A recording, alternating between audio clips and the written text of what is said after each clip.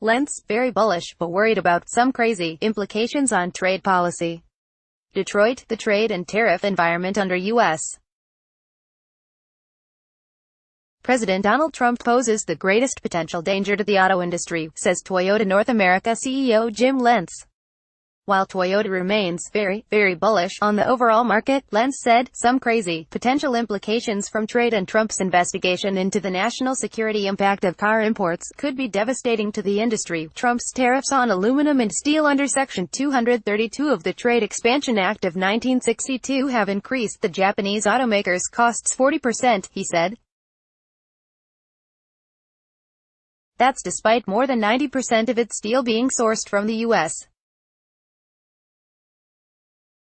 Everybody is seeing cost push on a per-unit basis of anywhere from $100 to $400 just on steel alone, he said. New NAFTA deal. The industry, he said, is breathing a sigh of relief with Trump signing a new NAFTA deal, known as the U.S.-Mexico-Canada Agreement, but there are still challenges getting it through Congress.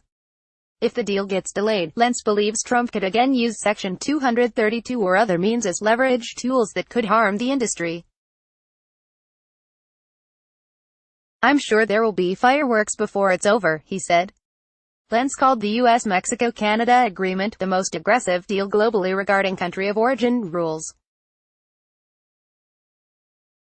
The agreement requires that vehicles must have 75% of their components manufactured in the U.S., Mexico or Canada, to qualify for zero tariffs.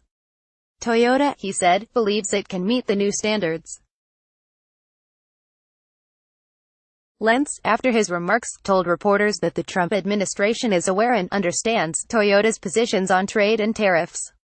Healthy outlook. Aside from the potential trade and tariff headwinds, Lentz said the Japanese automaker expects an average of 16.6 million U.S. light vehicle sales through 2025, including a potential decline of 300,000 to 400,000 units in 2019. I think the industry is strong, he said, adding that forecast takes into account a weakening of the overall economy.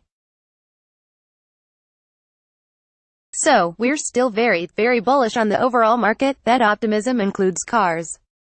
Toyota, he said, expects to be able to benefit from the Detroit automakers significantly cutting or abandoning traditional cars. But that doesn't mean the company won't cut some nameplates. If you have vehicles in your lineup that have no strategic value, don't offer you any value, and you're not making any money on, chances are you need to get out of that business, he said. In the past, you didn't need to. Lentz used Scion, its former youth brand that was killed in 2016, as an example of Toyota ending a product once it has run its course.